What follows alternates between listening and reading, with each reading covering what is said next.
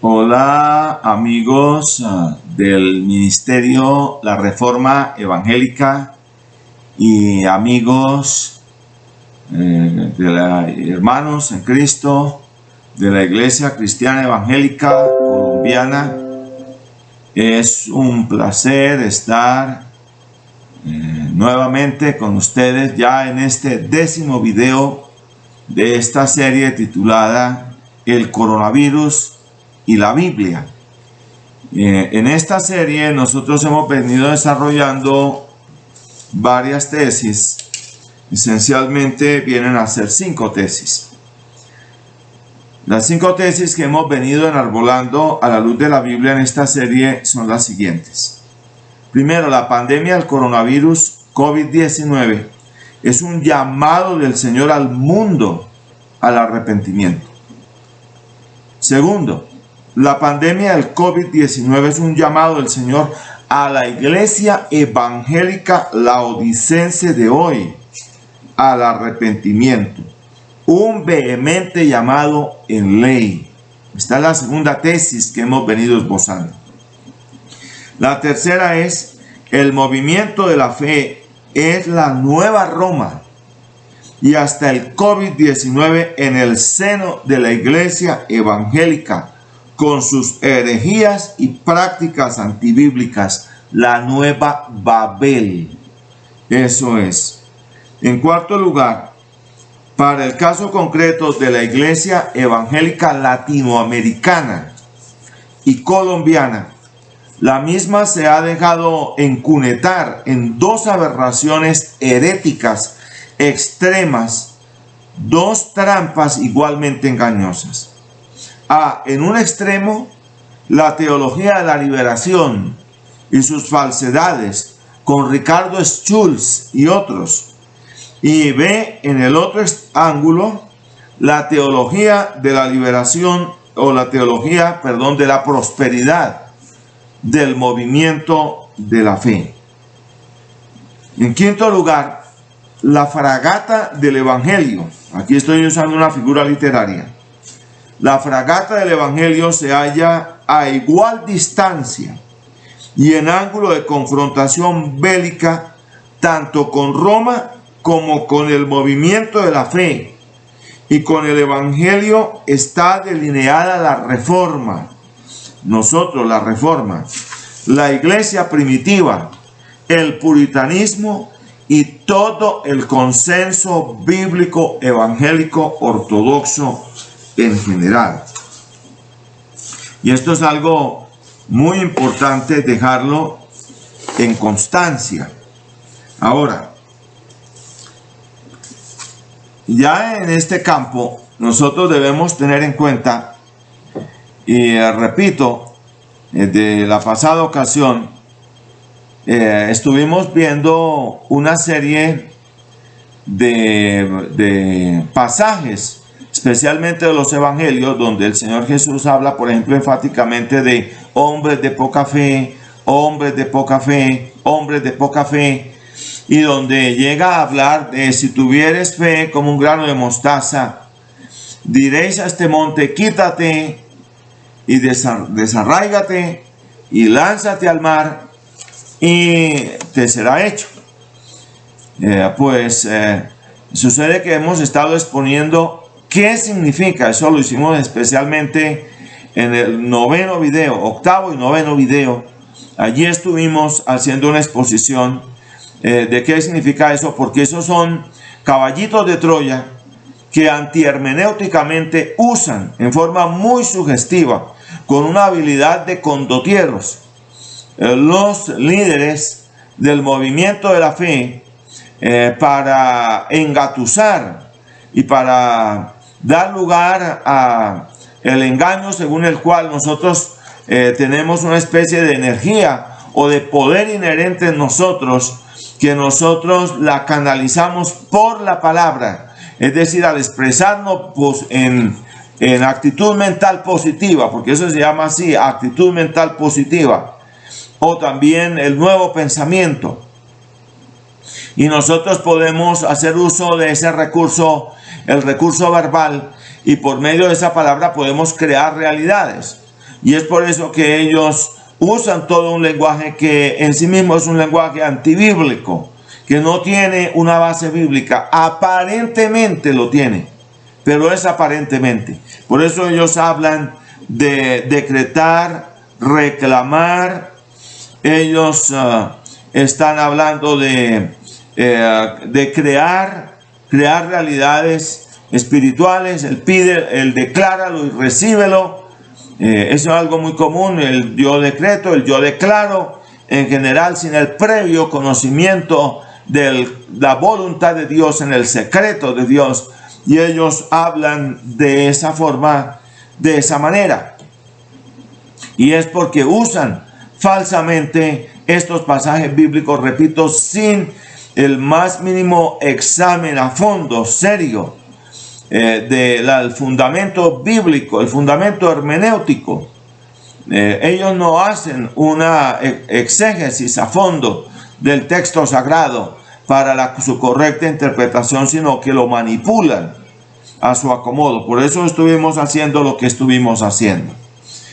Los falsos maestros, los faraones del error, y también los llamaríamos los mercaderes de la fe, porque ellos se llaman líderes del movimiento de la fe. Nosotros los llamamos mercaderes, condotieros del movimiento de la fe.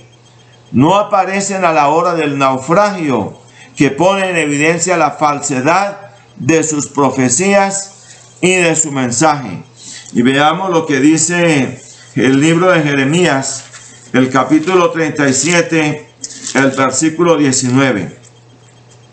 En el escenario de los días previos a la caída de Jerusalén, en manos de Nabucodonosor, en el año 586 a.C., el siglo VI a.C., porque allí dice en Jeremías 37, 19 lo siguiente. Está hablando el profeta Jeremías y le está hablando al rey Sedequías y le dice: ¿y dónde están vuestros profetas que os profetizaban diciendo: no vendrá el rey de Babilonia contra vosotros ni contra esta tierra? La pregunta es así, de este calado: ¿dónde están? ¿Dónde están los que a través de cierto canal centroamericano llegaban a decirnos: la nube de la bendición de Dios está pasando en este momento sobre Colombia o sobre Venezuela, o está pasando sobre las Guyanas, apúrele, vaya rápido, coja su dinero y venga y pacte con Dios, como si hubiera una forma de obligar a Dios. Y entonces pacte usted con Dios. Como lo hemos estado viendo en videos pasados, el pacto con Dios no es un pacto contrato entre partes iguales, sino que se trata de un pacto, de un acuerdo entre un señor soberano y un vasallo, que es diferente. Es el modelo bíblico, no el modelo del derecho moderno. Y sucede que le decían, porque la bendición de Dios está pasando y todo va a ser color de rosa para nuestras naciones en la América Latina en general. Eso era lo que le estaban diciendo. Y ahora les preguntamos: ¿dónde están frente a esta pandemia? ¿Dónde están cuando ellos debían salir a la plaza central de cada nación y levantar las manos y declarar? Porque presuntamente son apóstoles, entonces tienen todos los dones, y son profetas, entonces tienen ya el conocimiento declarado positivo de Dios, y entonces ellos pueden levantar las manos y decir: yo declaro que la pandemia desaparece, y desaparecer como por ensalmo, como en los días de Moisés y de Aarón. Y veamos lo que nos dice Juan capítulo 10, versículo 1. Juan capítulo 10, el versículo 1 y versículos 12 y 13. Resulta que en Juan capítulo 10, versículo 1 dice: de cierto os digo, el que no entra por la puerta en el redil de las ovejas, sino que sube por otra parte, ese es ladrón y salteador. Versículos 12 y 13. Veamos lo que dice aquí. Mas el asalariado, y que no es el pastor, de que no son propias las ovejas, ve venir al lobo y deja las ovejas y huye, y el lobo arrebata las ovejas y las dispersa. Así que el asalariado huye porque es asalariado y no le importan las ovejas, les importa la lana que las ovejas dan, las utilidades que esas ovejas pueden generar en diezmos forzados, en diezmos obsesivos, en primicias que obligadamente quieren sacarle a la gente, que eso es lo que estos personajes quieren hacer.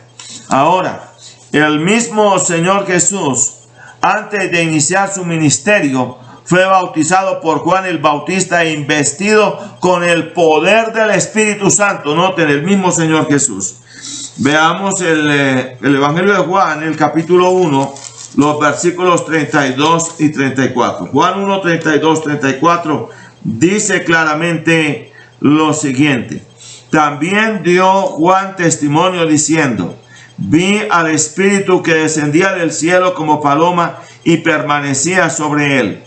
Y yo no le conocía, pero el que me envió a bautizar con agua, aquel me dijo: sobre quien vea descender el Espíritu y que permanece sobre él, ese es el que bautiza con el Espíritu Santo. Y yo le vi y he dado testimonio de que este es el Hijo de Dios. Y entonces sucede, notarán ustedes, que el mismo Señor fue investido con poder del Espíritu Santo. Por eso antes de la investidura con poder del Espíritu Santo, el Señor Jesús no hizo nada sobrenatural. Ni la Biblia nos testifica ni nos da base para pretender decir que el Señor Jesús hiciera uso de su palabra para declarar, para crear, para decretar cosas de estas, porque aún no había recibido la investidura de poder del Espíritu Santo. Noten que ellos necesitaban que él en el orden de Dios, él iba a recibir, y este era el plan de Dios, que recibiera esta investidura de poder del Espíritu Santo. De este modo, el Señor Jesús ponía de presente que el poder celestial es algo dado al creyente por el Espíritu Santo y no algo inherente en él, de lo cual él puede echar mano a su propio arbitrio. Pues sucede, mis estimados hermanos, que el Señor Jesús tenía, como Hijo de Dios que era, en su naturaleza divina tenía este poder, pero él se anonadó a sí mismo, el griego la kenosis. Él no hizo uso para nada de estas facultades para recibir la investidura de poder del Espíritu Santo de Dios, y él actuaría, sería con el poder de la tercera persona de la Santísima Trinidad, el poder del Espíritu Santo de Dios. Y si el Señor mismo no hizo nada, no obró nada, sino con esta investidura de poder del Espíritu Santo, pues sucede que cuanto más los discípulos no podrían realizar nada ni tener investidura ninguna de poder del Espíritu Santo si el Espíritu Santo no viniera sobre ellos. Por lo tanto, ellos no podrían decirle a un monte: desarráigate ya, y por el solo poder de la palabra, por una presunto fuerza inherente que hay en nosotros, un presunto recurso innato que hay en nosotros, activar la palabra de fe y declararla. Esto no lo enseña la Biblia, la palabra de Dios. Los discípulos no podrían por ningún motivo haber hecho eso. Eso no lo podrían haber hecho los discípulos del Señor Jesús. Entonces, este es un llamado que nosotros tenemos, porque noten ustedes que el mismo Señor Jesús, recibió primero la investidura de poder del Espíritu Santo. ¿Qué hubiera pasado si los discípulos hubieran, después de la resurrección del Señor Jesús, salido de Jerusalén sin haber recibido la previa investidura de poder del Espíritu Santo? Ellos hubieran podido sanar enfermos, limpiar leprosos, ellos hubieran podido resucitar personas fallecidas, como el caso concreto de Pedro, levantando con vida a esta discípula llamada Dorcas. Hubiera podido hacerlo, sin duda no lo hubiera podido hacer. Entonces noten ustedes que no es algo que es inherente en nosotros mismos, sino que ese poder es un poder que es dado por el Espíritu Santo. Y fue dado en aquellos días a los apóstoles, y fue dado porque todavía la iglesia estaba siendo establecida. Pero los instrumentos que eran cimiento de la iglesia, los apóstoles y profetas, ellos eran el fundamento. Y como tal, siendo ellos los que fundamentaban la iglesia, pues ellos necesitaban esta investidura de poder. Y aún no había terminado, aún no se había escrito incluso el Nuevo Testamento. Los apóstoles lo iban a escribir en el transcurso de sus ministerios, especialmente el apóstol Pablo, el apóstol Pedro, el apóstol Juan, iban a escribir el Nuevo Testamento. Y por lo tanto no había concluido la revelación. La revelación concluye cuando Juan escribe el libro del Apocalipsis. Allí concluye la revelación, no solamente del Nuevo Testamento, sino prácticamente de toda la Biblia, la palabra de Dios. Y aquí ya la revelación quedaba completa, terminaba el ciclo único y exclusivo del ministerio de los apóstoles y de los profetas. Ya terminaba, concluía todo.